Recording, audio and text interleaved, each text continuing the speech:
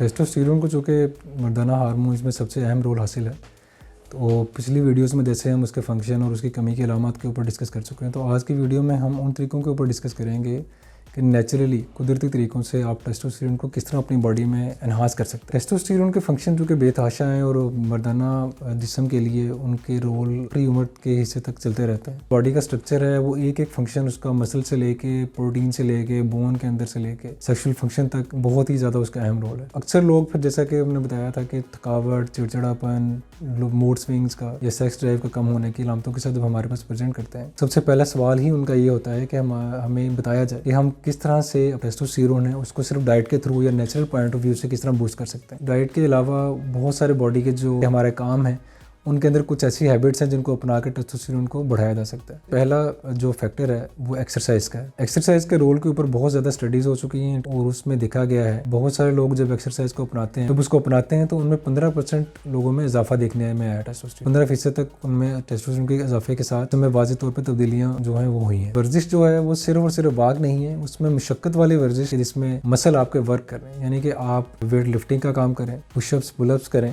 Running करें, जितनी brisk running कर सकते हैं। मसल का वर्क ज़्यादा होगा तो टेस्टोस्टेरोन में इजाफे का इम्कान ज़्यादा रहता है। स्टडी से चूँकि ये बात साबित हो तो एक्सरसाइज का बहुत ज़्यादा अहम रोल है टेस्टोस्टेरोन की मेंटेनेंस में या उसके बढ़ोतरी में। इसके बाद डाइट आती है, उसमें बैलेंस डाइट का इस्तेमाल करते रहना चाहिए। जिस तरह के कार्बोहाइड्रेट्स, प्रोटीन और फैट्स हमारी डाइट का एक अहम हिस्सा है, तो प्रोटीन जो है उसमें नहायत अहम है, बिल्डिंग ब्लॉक्स हैं, उनका रेगुलर मिकदार में प्रॉपर बैलेंस तरीके से लेना नहायत ज़रूरी है। कार्बोहाइड्रेट्स को हम अक्सर मना करते हैं कि जो बहुत सारे कार्बोहाइड्रेट्स हैं उनका कोई रोल इस तरह का नहीं है कि हम रिकमेंड करें, मगर जब आप रेगुलर वर्जिश भी कर रहे हैं, वर्कआउट कर रहे हैं ज़्यादा, तो उसमें कार्बोहाइड्रेट का रोल बढ़ जाता है।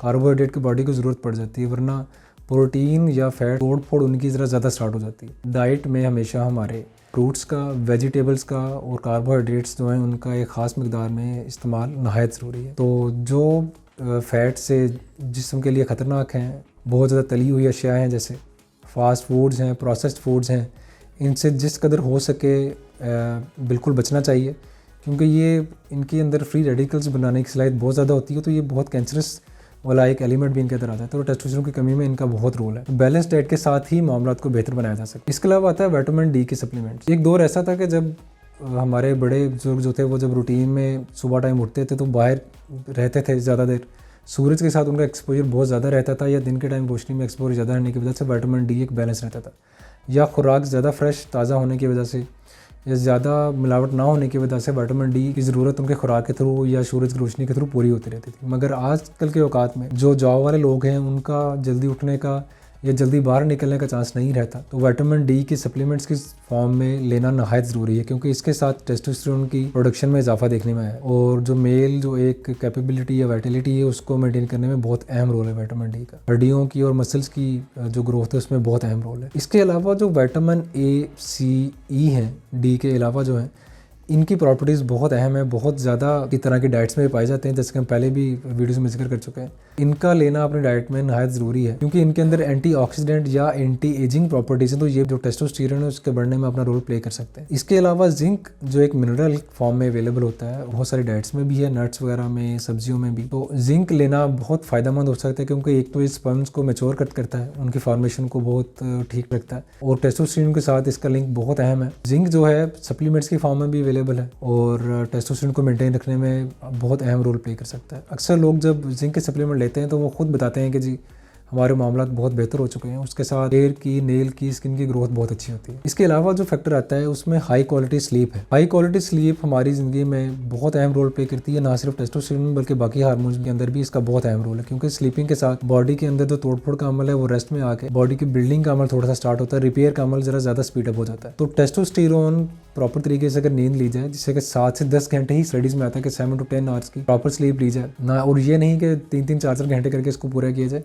7 से 8 घंटे की स्लीप अगर रेगुलर एक ही गो में ली जाए तो उसके बहुत ही ज़्यादा फ़ायदेमंद असरात हमारी बॉडी के ऊपर होते हैं। बहुत सारे जो बड़े लोग हैं उन्होंने जो तरक्की याफ्ता ममालिक में या बहुत सक्सेसफुल उनके जब इंटरव्यूज़ किए गए, उनका अपना ये मानना था कि जब हमारी स्लीप टूटी थी या हम जब स्लीप कम लेते थे इसी चक्कर में कि जब हम ज़्यादा काम करेंगे, ज़्यादा ओवर करेंगे, तो हमारी प्रोडक्टिविटी जो थी वो बहुत कम हो गई, स्लीप का साइकिल कम होने की वजह से, नींद कम लेने की। मगर जैसे ही हमने अपनी स्लीप को बढ़ाया, 7 से 8 घंटे की स्लीप रेगुलर ली है, तो हमारी क्रिएटिविटी में, हमारी इंटेलिजेंस में इजाफा हुआ है और हमारा काम करने की सलाहियत उसमें बेपनाह इजाफा हुआ है, हमारी सोचने समझने की सलाहियत बहुत बड़ी है, तो टेस्टोस्टेरोन भी इसके साथ बढ़ता है और उसमें बहुत अहम रोल प्ले करता है। तो स्लीप का बहुत अहम रोल है। इसके अलावा जो एक अहम रोल है आजकल जो बहुत कॉमन है कि हमें प्लास्टिक को जितना हो सके अवॉइड करना चाहिए। खाने पीने के बर्तनों से लेके पीने वाली अशिया में, खाने वाली अशिया में हर जगह पे प्लास्टिक ही मिल रहा होता है। इवन शॉपरों में लोग बहुत ज़्यादा खाने पीने का सामान जो लेके जा रहे होते हैं, यूज़ कर रहे होते हैं। इसे जितना हो सके अवॉइड करना चाहिए। अपना एक कपड़े का बना हुआ थैला या बैग, खाने के लिए स्टील के बर्तनों का और पीने के लिए गिलास जो शीशे के बर्तनों का इस्तेमाल करना चाहिए